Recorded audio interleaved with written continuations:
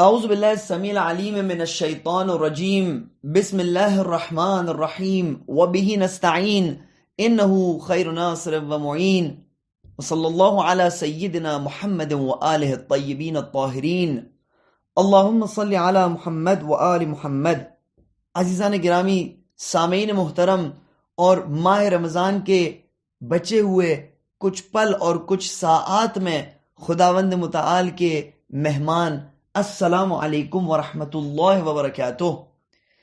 شرح ترجمہ دعائے ابو حمزہ سمالی کے 25ویں درس کے ساتھ آپ کی خدمت میں حاضر ہیں۔ آپ کی خدمت میں بتاتے چلیں کہ یہ سن 2021 کے دعائے ابو حمزہ سمالی کی مطالعاتی سیر کا آخری حصہ ہے، اور اس کے بعد اگر پروردگار متعال نے زندگی کی نعمت سے نوازا تو انشاءاللہ اگلے سال ہم نے جہاں سے اس مطالعے کو روکا ہے تو دوبارہ انشاءاللہ وہیں سے آغاز کریں گے۔ عزیزان گرامی، ہم نے پچھلے لیکچر میں آپ کی خدمت میں ایک سوال پیش کیا تھا کہ ہم جب بھی کہیں امپورٹنٹ جگہ پر جاتے ہیں یا کسی امپورٹنٹ میٹنگ میں جاتے ہیں تو اس کی یاد کو دل میں رکھنے کے لیے وہاں سے ایک سوینئر لاتے ہیں، یادگاری لاتے ہیں۔ اور یہ سوال آپ کی خدمت میں پیش کیا تھا کہ اب جو ماہ رمضان میں ہم نے 1 مہینہ اللہ سبحانہ وتعالیٰ کی دعوت میں گزارا ہے اور ایک مہمان خصوصی بن کے خداوند متعال کی اس ضیافت سے استفادہ حاصل کیا ہے، تو وہ کون سا تحفہ اور کون سی یادگاری ہے جو ہم اس مہینے سے حاصل کر کے لے کر باہر جانا چاہتے ہیں، تاکہ جب بھی ہم اس یادگاری کو دیکھیں، جب بھی ہم اس سوینئر کو دیکھیں تو ہمیں پروردگار متعال کی محبتوں کی یاد تازہ ہو جائے، ہمیں اس استغفار، اس عشق کی یاد تازہ ہو جائے، اور ان وعدوں کی یاد تازہ ہو جائے کہ جو ہم نے خداوند متعال سے اس مہینے میں کیا ہے۔ اب ہر شخص بہتر جانتا ہے کہ وہ کون سی چیز ہے جو اس کے لیے ایک اچھی سوغات اور ایک اچھی یادگاری ہو سکتی ہے، لیکن ہم نے جو اس سلسلے میں ایک ایفرٹ انجام دی ہے وہ یہ ہے کہ انشاءاللہ ہم اہل بیت علیہم السلام کے خالص سرچشمہ ہدایت سے فیضیاب ہونے کا سلسلہ جاری رکھیں گے، اور انشاءاللہ ہمارا ہفتہ وار درس شرح و ترجمہ دعائے مکارم الاخلاق کے حوالے سے جاری رہے گا، اور انشاءاللہ اس عظیم الشان دعا سے جو کہ صحیفہ سجادیہ میں موجود ہے اور سید الساجدین علیہ السلام کی دعا ہے، تو اس سے فائدہ حاصل کرتے رہیں گے۔ ایک اور نقطہ جو آپ کی خدمت میں عرض کرنا ہے وہ یہ ہے کہ عزیزان گرامی، اگر پروردگار متعال نے ہمیں یہ توفیق دی ہے کہ ہم ان معارف سے آشنا ہوں اور ان معارف کا مطالعہ کر سکیں اور اہل بیت علیہم السلام کے دیے ہوئے تحفوں سے آشنا ہو سکیں، تو حل جزاء الاحسان الا الاحسان، کیا احسان کا بدلہ احسان کے سوا اور کچھ ہو سکتا ہے؟ عزیزان گرامی، جب اللہ سبحانہ وتعالیٰ نے ہم پر احسان کیا، جب اہل بیت علیہ السلام کا ہم پر احسان ہوا کہ ہم ان دعاؤں سے آشنا ہوئے، تو ہمیں بھی چاہیے کہ اس احسان کا جواب نیکی اور اچھائی سے انہیں واپس کریں، اور اس سلسلے میں ہماری ذمہ داری بنتی ہے کہ ہم بھی تبلیغ کے فریضے کو ادا کریں اور دوسروں تک جنہیں ہم سمجھتے ہیں کہ اس سے فائدہ حاصل ہو سکتا ہے تو ان تک یہ پیغام پہنچائیں۔ جتنا ہم اہل بیت علیہ السلام کی افکار کو نشر کریں گے، جتنا ہم ان کے خالص سرچشمہ ہدایت سے دوسروں کو آگاہ کریں گے، اتنی ہماری ہی توفیقات میں اضافہ ہوگا، ہماری زندگیوں میں برکتیں آئیں گی، اور ہم پروردگار متعال کے بندگی کے راستوں میں تیزی سے آگے بڑھیں گے۔ ہم میں سے ہر ایک شخص جو اہل بیت علیہ السلام کا پیروکار ہونے کا دعویٰ کرتا ہے تو وہ اہل بیت علیہ السلام کا ریپریزنٹیٹیو ہوتا ہے، وہ ان کا ایمبیسڈر ہوتا ہے، اور اگرچہ کہ توانائیاں مختلف ہوتی ہیں لیکن ہمیں چاہیے کہ اہل بیت علیہ السلام کے اس خالص پیغام کو ان تک پہنچائیں کہ جو اس سے فائدہ حاصل کر سکتے ہیں۔ انشاءاللہ شرح و ترجمہ دعائے مکارم الاخلاق کے حوالے سے تفصیلات جلد آپ کی خدمت میں پیش کریں گے۔ پروردگار متعال سے دعا کرتے ہیں کہ وہ ہر لمحہ اس ماہ مبارک رمضان کا جو بچا ہوا ہے تو اس میں ہماری توفیقات میں مزید اضافہ فرمائے اور ہماری مدد کرے، تاکہ ان آرزوؤں اور ان امیدوں کو جس کو لے کر ہم ماہ رمضان میں داخل ہوئے تھے تو انہیں حاصل کر کے ہم اس مبارک مہینے سے باہر نکلیں۔ ان بچے ہوئے لمحات کی قدر جانیں، کیونکہ خداوند متعال کی رحمتیں اس میں کئی گنا بڑھ جاتی ہیں، اور اس بات کی وہ تلاش میں ہوتا ہے کہ کون ہے جو اس آخری لمحے میں بھی اگر توبہ استغفار اور تفکر اور تأمل کر لے تو پروردگار متعال اس کی زندگی کو پوری طرح سے بدل دے۔ عزیزان گرامی، دعا ابو حمزہ اسماعیلی کے اس مرحلے میں ہم نے 5 وجوہات کا جائزہ لیا کہ جن کی وجہ سے ہم گناہ میں مبتلا ہو جاتے ہیں، اور پھر پروردگار متعال کے بارگاہ میں عرض کیا کہ اے پروردگارہ، اب جب میں ان گناہوں میں مبتلا ہو چکا ہوں، اب جب میرے سے یہ غلطیاں سرزد ہو چکی ہیں، تو کون ہے جو مجھے تیرے عذاب سے نجات دے سکتا ہے؟ اور کل جب ان ویکنسز کے وجہ سے، ان کمزوریوں کی وجہ سے میرے دشمن مجھ پر غالب ہو جائیں گے اور میں اپنے کنٹرول میں نہیں رہوں گا بلکہ ان کا غلام بن کے رہ جاؤں گا، تو کون مجھے ان سے نجات دے گا؟ اور پھر عرض کیا پروردگار متعال کو کہ پروردگارہ، اگر تو نے مجھ سے اپنے رشتے کو کاٹ دیا، اگر تو نے اپنا منہ مجھ سے پھیر لیا، اگر تو نے مجھ سے لا تعلقی کا اعلان کر لیا، تو میں ان مصیبتوں سے نجات حاصل کرنے میں کس کا سہارا لوں گا؟ اس کے بعد کے دعا کے عربی جملات یہ ہیں کہ فوا سوءة على ما أحصى كتابك من عملي الذي لولا ما أرجو من كرمك وسعة رحمتك ونهيك إياي عن القنوط لقنطت عندما أتذكرها يا خير من دعاه داء وأفضل من رجاه راج اللهم بذمة الإسلام أتوسل إليك وبحرمة القرآن أعتمد عليك وبحبي النبي الأمي القرشي الهاشمي العربي التهامي المكي المدني أرجو الزلفة لديك فلا توحش استيناس إيماني ولا تجعل ثوابي ثواب من عبد سواك فإن قوما آمنوا بألسنتهم ليحقنوا به دماءهم فأدركوا ما أملوا وإنا آمنا بك بألسنتنا وقلوبنا لتعفو عنا فأدركنا ما أملنا وثبت رجاءنا في صدورنا ولا تزغ قلوبنا بعد إذ هديتنا وهب لنا من لدنك رحمة إنك أنت الوهاب۔ عزیزان گرامی، یہ جو اس سال کے مطالعاتی سیر کا اختتام ہو رہا ہے تو یہ بہت ہی ایک اچھی جگہ پر اختتام ہو رہا ہے۔ اگر آپ کو یاد ہو تو ہم دعا میں جب داخل ہوئے تھے تو پہلے ہم نے کچھ مقدماتی گفتگو کی اور اس کے بعد پروردگار متعال سے اپنی حاجتیں طلب کی۔ اگر یاد ہو تو حج کے حوالے سے حاجت طلب کی، زیارت کے حوالے سے حاجت طلب کی، اور مختلف دوسرے چیزوں، ماں باپ کی مغفرت اور بہت ساری دوسرے حاجتیں تھیں جو خداوند متعال کی بارگاہ میں پیش کی۔ اور پھر ہم دعا کے اگلے مرحلے میں داخل ہوئے اور اس مرحلے میں بھی کئی عروج آئے اور کئی سنگین گفتگو کا ہم نے جائزہ لیا۔ اللہ سبحانہ وتعالیٰ کی خدمت میں کئی سنگین عرائض پیش کیے۔ گویا کہ یہ حصہ جو ہے وہ اس مرحلے کا اختتام ہے، اور یہاں پر بھی ہم پروردگار متعال سے چند عرائض اور چند دعائیں طلب کریں گے، اور اس کے بعد جو تیسرا مرحلہ اس دعا کا آغاز ہوگا جس کو ہم انشاءاللہ اگلے سال ساتھ میں مل کے پڑھیں گے، تو وہ زیادہ کر کے قبر کے حوالے سے، موت کے حوالے سے اور موت کے بعد کے مراحل کے حوالے سے اس میں گفتگو ہے۔ یہاں پر جب ہم نے اللہ سبحانہ وتعالیٰ سے سوال پوچھ لیا کہ پروردگار اگر تو نے ہم سے لا تعلقی کا اعلان کر دیا تو ہم کس سے مدد لیں گے، پھر اس کے بعد ہم کہتے ہیں کہ فوا سوءة علی ما احصا کتابک من عملی، وائے ہو مجھ پر،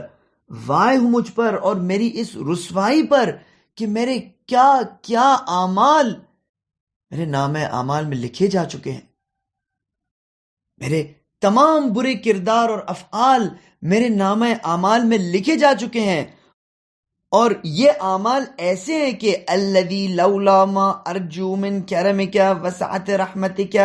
ونہیک ایای عن القنوط لقنطت عندما اتذکرها. پروردگارہ یہ میرے اعمال ایسے ہیں کہ اگر مجھے تیرے کرم کا اور تیری رحمت کے وسعت کا اندازہ نہ ہوتا، اگر مجھے تیری کرم کا آسرا نہ ہوتا، اگر تیری رحمت کا مجھے آسرا نہ ہوتا، اور اگر تو نے خود مجھے نا امید ہونے سے نہ روکا ہوتا، تو بے شک میں ان اپنے اعمال کو جب بھی یاد کرتا تو مکمل طور پر نا امید ہو جاتا. یا خیر من دعاہ داع، اے وہ کہ جو بہترین پکارے جانے والا ہے، اے وہ کہ جو بہترین فریاد رس ہے، وَأَفْضَلَ مَنْ رَجَاهُ راج، اے وہ کہ جو سب سے زیادہ اس بات کے لیے شائستہ ہے کہ اس سے امید لگائی جائے اور وہ امیدوں کو پورا کرتا ہے. اللہم بذمت الاسلام اتوسل الیک، پروردگارہ میں تیرے منتخب دین یعنی اسلام کے عہد و پیمان کے ذریعے تجھ سے تقرب حاصل کرتا ہوں. دین اسلام کو تیرے در پر وسیلہ قرار دے کر تجھ سے سوال کرتا ہوں. وبحرمت القرآن اعتمد علیک، اور قرآن مجید کی حرمت کو تیرے در پر واسطے کے طور پر قرار دیتا ہوں. عزیزان گرامی، اگر قرآن مجید کی حرمت کو پروردگار متعال کے در پر واسطہ بنا کر پیش کر رہے ہیں تو حقیقی معنی میں اس کتاب کی دل میں حرمت موجود ہونی چاہیے. اور حرمت یہ ہوتی ہے، مثلا اگر حضور صلی اللہ علیہ وآلہ وسلم اس وقت ہمارے سامنے بیٹھے ہوں اور اگر وہ کچھ فرمائے اور ہم ان کی باتوں کی جانب توجہ نہ کریں، ان کی باتیں نہ سنیں، تو یہ حرمت کرنا ہے یا بے حرمتی ہے؟ اسی طریقے سے قرآن مجید خداوند متعال کی زندہ کتاب ہمارے پاس موجود ہو اور ہم اسے مطالعہ نہ کریں، اس کی طرف توجہ نہ کریں، تو یہ حرمت ہے یا بے حرمتی ہے؟ بس اوقات ہم غرب میں جو لوگ قرآن مجید کے ساتھ بے حرمتی کرتے ہیں تو ان کے افعال سے پریشان ہوتے ہیں، حق بھی ہے، پریشان ہونا چاہیے. لیکن جو ہم قرآن مجید کی طرف بے توجہی کرتے ہیں، جو ہماری زندگیاں گزر جاتی ہیں اور ہم قرآن مجید کی طرف توجہ نہیں کرتے، اسے کھولتے نہیں ہیں، اسے پڑھتے نہیں ہیں، پڑھتے ہیں تو اس میں توجہ نہیں کرتے، تو یہ کیا بے حرمتی نہیں ہے؟ اب دعا میں تو اسی قرآن مجید کی حرمت کو خداوند متعال کے سامنے وسیلہ بنا کر پیش کرنا ہے. اور اگر دل میں ہمارے اس قرآن مجید کی حرمت نہ ہو تو ہم صرف الفاظ ادا کر رہے ہیں، لیکن ہمارے پاس اس حرمت کو پیش کرنے کے لیے ہاتھ خالی ہے. بحرمت القرآن، پروردگارہ قرآن مجید کی حرمت کو واسطہ ٹھہرا کر اعتمد علیک، میں تجھ پر اعتماد کرتا ہوں. اگر خداوند متعال پر اعتماد اپنا ڈیولپ کرنا ہے تو قرآن مجید کو مطالعہ کرنا ضروری ہے، قرآن مجید میں غور و فکر کرنا ضروری ہے. اور یہ ہے عقل کا تقاضا، اور یہ ہے اہل بیت علیہم السلام کی سفارش. وبحبی النبی الامی القرشی الہاشمی العربی التہامی المکی المدنی ارجو الزلفۃ لدیک، اور جو میری محبت ہے تیرے پیارے امی قرشی ہاشمی عربی تہامی مکی اور مدنی نبی سے، تو اس محبت کا تجھے واسطہ دیتا ہوں اور اس واسطے اور وسیلے کے ذریعے تجھ سے قریب ہونا چاہتا ہوں. اور نبی پاک صلی اللہ علیہ وآلہ وسلم کے محبت کا تقاضا یہ ہے کہ ان کے فرمان پر عمل کیا جائے. انی تارکم فیکم الثقلین کتاب اللہ وعطرتی، میں دو گراں بہا چیز تمہارے بیچ چھوڑ کر جا رہا ہوں، کتاب اللہ جس کا بھی ہم نے تذکرہ کیا، وعطرتی، اور عطرت. عزیزان گرامی، عطرت کے دیے ہوئے تحفے، عطرت کے دیے ہوئے خالص ہدایت کے چشمے، اگر ان سے ہم غافل ہیں، اگر صحیفہ سجادیہ کا ہم مطالعہ نہیں کرتے، اگر صحیفہ سجادیہ میں غور نہیں کرتے، اگر دوسری اہل بیت علیہ السلام نے جو ہمیں خزانے دیے ہیں اگر ان میں ہم غور نہیں کرتے، ہماری زندگیاں گزر جاتی ہے، تو یہ کیا محبت کا تقاضا ہے؟ کیا محبت کا تقاضا یہ ہے کہ ہم اپنے من پسند راستوں سے محبت کا اظہار کریں، یا کہ محبت کا تقاضا یہ ہے کہ محبوب کے پسندیدہ طریقے سے ہم اپنے محبت کا اظہار کریں. فلا توحش استیناس ایمانی، پروردگارہ میرا ایمان ڈگمگاتا اور لڑکھڑاتا ضرور ہے، میرا ایمان کمزور ضرور ہے، لیکن اس ایمان کی وجہ سے میرے دل میں ایک سکون ہے، میری تجھ سے ایک انس اور محبت ڈیولپ ہو چکی ہے، میرا تیرے در سے ایک وابستگی کا ذریعہ ہے میرا یہ ایمان. پروردگارہ فلا توحش استیناس ایمانی، میرے ان حالات اور اعمال کی وجہ سے میرے اس ایمان سے حاصل ہونے والے سکون و انس و الفت کو وحشت اور اضطراب میں تبدیل نہ کر دینا. ایسا نہ ہو کہ بچا کچا ایمان بھی میرے ہاتھ سے چھن جائے، یہ بچی کچی محبت کا اظہار بھی میرے سے چھن جائے. پروردگارہ ولا تجعل ثوابی من عبد سواک، اور ایسا نہ ہو کہ میرا اجر اور میرا نتیجہ اس شخص کا نتیجہ ہو کہ جس نے تیرے سوا کسی اور کی پرستش کی ہے اور کسی اور کی پوجا کی ہے. اللہ اکبر. فَإِنَّ قَوْمًا آمَنُوا بِأَلْسِنَتِهِمْ لِيَحْقِنُوا بِهِ دِمَاءَهُمْ فَأَدْرَكُوا مَا عَمَّلُوا. پروردگارہ تیرے قانون کے مطابق، تیری شریعت کے قانون کے مطابق، وہ لوگ جو صرف اپنے زبان سے اقرار کر لیں تیرے دین کا، چاہے وہ اپنی جان بچانے کے لیے کیوں نہ اقرار کر رہے ہوں ایمان کا، تو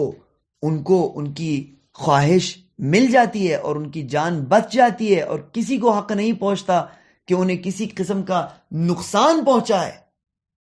وَإِنَّا آمَنَّا بِأَلْسِنَتِنَا وَقُلُوبِنَا لِتَعْفُوَ عَنَّا فَأَدْرِكْنَا مَا أَمَّلْنَا. پروردگارہ ہم نے تو اپنے زبان سے بھی ایمان کا اظہار کیا ہے اور اپنے دلوں سے بھی ایمان کو قبول کیا ہے، اور اپنی جان بچانے کے لیے نہیں بلکہ لتعفو عنا، تاکہ تو ہماری مغفرت فرمائے، تو ہماری کوتاہیوں کو بخش دے. فَأَدْرِكْنَا مَا أَمَّلْنَا، تو پروردگارہ ہمیں بھی ہماری آرزو تک پہنچا دے، ہمیں بھی تو معاف کر دے، ہماری جانوں کو بھی تو آتش جہنم سے بچا لے میرے پروردگار. وَهَبْ لَنَا مِن لَّدُنْكَ رَحْمَةً، اور ہمیں اپنی جانب سے رحمت عطا فرما. ہمارے قرض ہیں پروردگار، تو ان قرضوں کو اپنی رحمت سے ادا فرما دے. ہمارے یہاں کچھ لوگ صاحب اولاد نہیں ہے پروردگار، اپنی رحمت سے انہیں تو اولاد نصیب فرما. پروردگار ہمارے کچھ لوگ جو شادیوں کے مسائل میں پریشان ہیں، پروردگار تو اپنی رحمت سے ان مسائلوں کو حل کر دے. پروردگار ہمارے یہاں کچھ ایسے لوگ ہیں جو اپنی ہیلتھ کے مسائل سے پریشان ہیں، مشکلات میں ہیں، پروردگار تو اپنے رحمت سے ان بیماروں کو شفایاب فرما. اور اسی طرح عزیزان گرامی اپنی تمام حاجتوں کو پروردگار متعال سے طلب کریں اور اس کی رحمت کا واسطہ دے کہ پروردگار تو اپنی رحمت کے باعث ہماری ان حاجتوں کو پوری فرما لے. انکا انت الوہاب، بے شک تو ہی فیاض اور بے انتہا بخشنے والا ہے. پروردگار متعال کا شکر ادا کرتے ہیں کہ اس نے عظیم ترین توفیقات ہمارے شامل حال فرمائی، اور الحمدللہ ہم نے اس عظیم دعا کے مطالعے کے فرض کو انجام دیا. انشاءاللہ دعائے مکارم الاخلاق کے مطالعے کے حوالے سے آپ کو اسی فورم پہ اطلاع دی جائے گی، اور اگر اس دعا کے بیان میں، اس دعا کے شرح اور ترجمے میں کوئی کمی بیشی رہ گئی ہو تو میں آپ سے معذرت چاہتا ہوں، اللہ سبحانہ و تعالیٰ سے معذرت چاہتا ہوں. یہ ناقص کوششیں ہیں جو اللہ سبحانہ و تعالیٰ کے حضور پیش کی ہیں. امید ہے کہ ان کی نقص اور ان کی کمیوں کو وہ خود اپنے فضل و کرم سے جبران فرمائے اور ہم سب کو بہترین اجر و ثواب عنایت فرمائے. وصلی اللہ علی سیدنا محمد وآلہ الطیبین الطاہرین. السلام علیکم ورحمۃ اللہ وبرکاتہ.